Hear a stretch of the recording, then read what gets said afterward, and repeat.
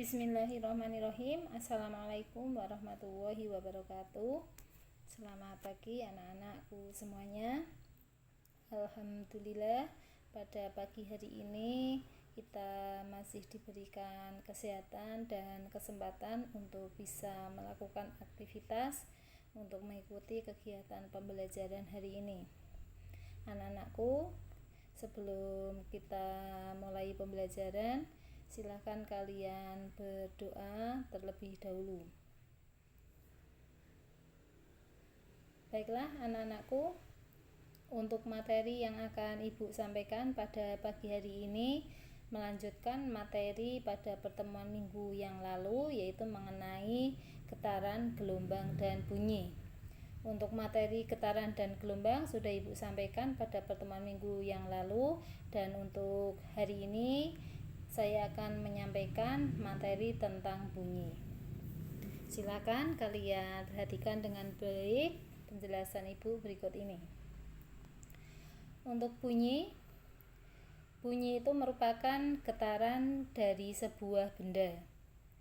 Sedangkan sumber bunyi adalah benda yang menghasilkan bunyi. Mohon maaf, ada kesalahan dalam penulisan ya. Jadi sumber bunyi adalah benda yang menghasilkan bunyi. Berikut ini adalah macam-macam bunyi berdasarkan frekuensinya. Untuk macam-macam bunyi itu dapat dibedakan menjadi 3. Yang pertama yaitu bunyi ultrasonik. Untuk huruf J itu tidak usah diperhatikan ya, itu diabaikan saja. Ultrasonik ini merupakan bunyi yang frekuensinya lebih dari 20.000 Hz dan tidak dapat didengar oleh telinga manusia. Kemudian yang kedua adalah bunyi audiosonik, memiliki frekuensi antara 20 Hz sampai 20.000 Hz, dan inilah bunyi yang dapat didengar oleh telinga manusia normal. Kemudian yang ketiga adalah bunyi infrasonik, memiliki frekuensi kurang dari 20.000 Hz, dan untuk bunyi ini juga tidak dapat didengar oleh telinga manusia. Untuk beberapa hewan yang dapat menangkap bunyi infrasonik dan ultrasonik, yaitu untuk yang infrasonik diantaranya adalah jangkrik dan anjing. Kemudian yang dapat menghasilkan dan menangkap bunyi ultrasonik ini adalah kelelawar, kemudian ikan paus, dan juga lumba-lumba. Berikut ini akan dibahas mengenai karakteristik bunyi. Ada beberapa jenis karakteristik bunyi. Yang pertama yaitu kuat lemahnya bunyi. Itu huruf M diabaikan ya. Nyaring dan tidaknya bunyi. Untuk kuat bunyi ini tergantung pada yang pertama, yaitu besarnya amplitudo. Semakin besar amplitudo, maka makin kuat bunyi tersebut. Kemudian yang kedua, tergantung pada jarak antara sumber bunyi dengan pendengar. Kemudian untuk karakteristik yang kedua yaitu tinggi rendah bunyi. Misal ini pada senar gitar yang dipetik, untuk frekuensi senar yang bergetar ini bergantung pada satu, itu panjang senar, kemudian tegangan senar, dan juga luas penampang senar. Masih di karakteristik bunyi, berhubungan dengan tadi tinggi bunyi. Untuk tinggi bunyi ini adalah tinggi rendahnya bunyi yang keluar. Tinggi rendah bunyi tergantung pada frekuensi getaran sumber bunyi. Makin besar frekuensi sumber bunyi, maka makin tinggi pula bunyi yang dapat kita dengar. Selain itu, untuk karakteristik bunyi ini termasuk di dalamnya adalah warna bunyi.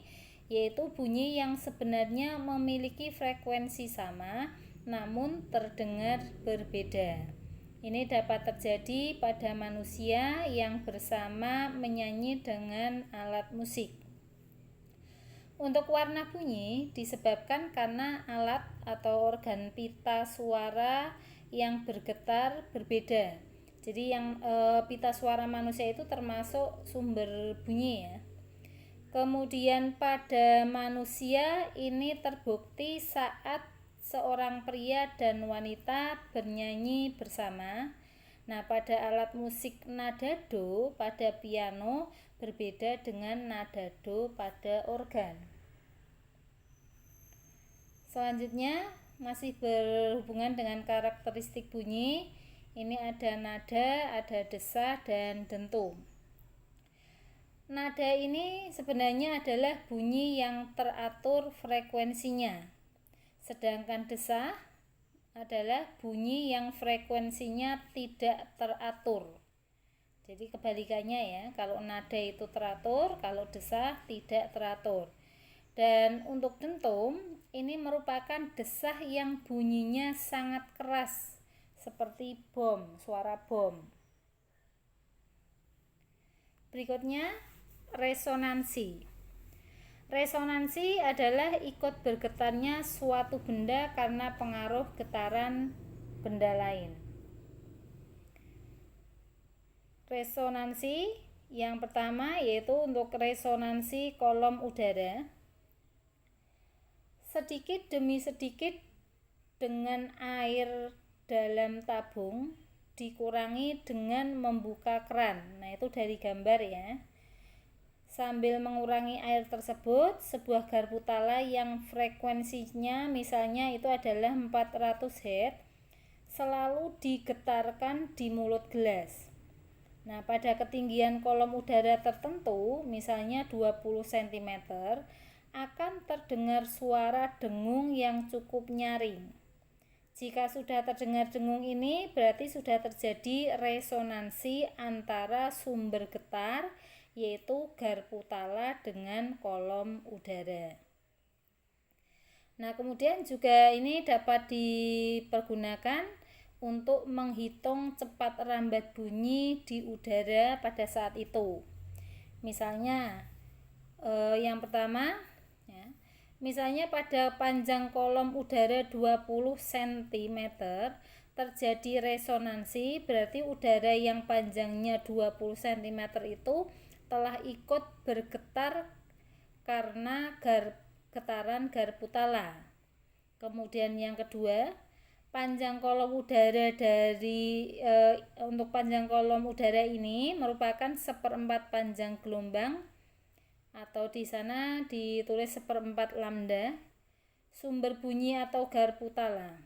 Jika 1/4 panjang gelombang adalah 20 cm, maka panjang gelombangnya atau lambdanya adalah 20 cm kali 4 sama dengan 8 cm atau 0,8 meter. Kemudian yang ketiga, karena panjang gelombang lambda 0,8 meter dan frekuensi sumber bunyi adalah 400 Hz, maka besarnya kelajuan atau cepat rambat bunyi di udara pada saat itu dapat dihitung dengan menggunakan persamaan V sama dengan lambda kali F. V itu cepat rambat bunyi, lambda itu adalah panjang gelombangnya, dan F-nya ini adalah frekuensinya. Tadi untuk panjang gelombang dihasilkan 0,8 meter. Dikalikan dengan frekuensinya tadi adalah 400 Hz. Maka untuk cepat rambat bunyinya di udara pada saat itu sebesar 320 meter per sekon.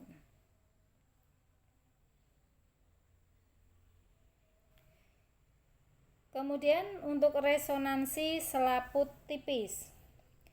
Selaput tipis merupakan benda yang mudah beresonansi untuk tipe macam getaran. Contoh selaput tipis ini adalah selaput gendang pendengaran pada telinga manusia atau telinga kita. Jadi untuk resonansi ini dapat terjadi jika yang pertama frekuensi benda sama dengan frekuensi sumber getar. Kemudian panjang kolom udara merupakan kelipatan ganjil dari 1/4 panjang gelombang sumber bunyi. Dan yang ketiga yaitu terdapat selaput tipis. Nah, berikutnya ini adalah manfaat dan kerugian dari resonansi. Yang pertama untuk manfaat resonansi. Resonansi dapat memperkuat bunyi asli. Contoh, suara kita terdengar lebih nyaring karena sekitar selaput suara kita ada udara. Nah, suara kentongan terdengar nyaring karena ada rongga udara. Itu untuk manfaatnya ya. Kemudian kerugiannya apa? Untuk kerugiannya, karena resonansi bunyi, bom yang keras ya, ini dapat meruntuhkan gedung atau kaca jendela sehingga menjadi pecah. Dan berikut ini adalah pemantulan bunyi. Yang pertama berhubungan dengan hukum pemantulan bunyi.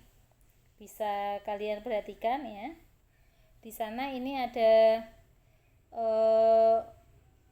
garis normal ya.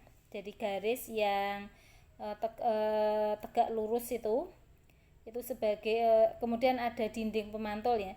Kemudian ada anak panah yang mengarah ke arah dinding pemantul. Kemudian ada anak panah yang berasal dari dinding pemantul. Nah, ini sehingga terbentuk di sini ada I dan R. Ini I-nya itu adalah sudut datang, jadi membentuk sudut datang.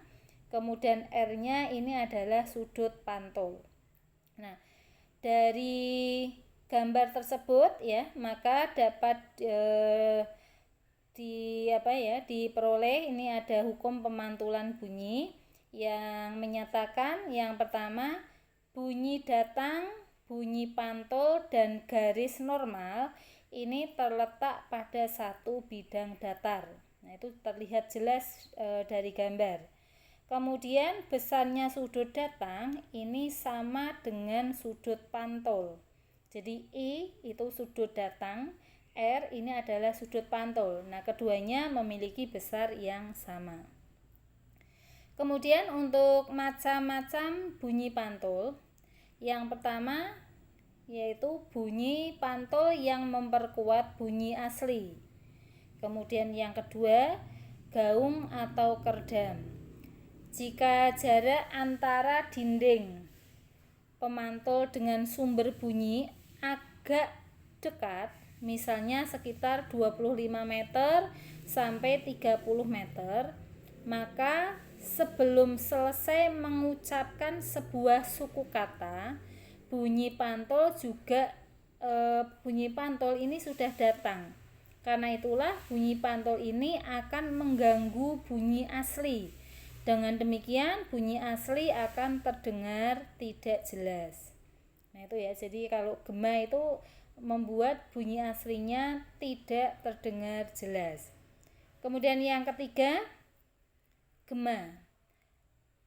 Gema ini merupakan bunyi pantul yang terdengar jelas setelah bunyi asli. Disebut gema karena jarak dinding pemantul dan sumber bunyi ini relatif jauh. Nah, sekarang ini hubungannya dengan manfaat dari pantulan bunyi. Yang pertama itu dapat digunakan untuk menghitung kedalaman laut.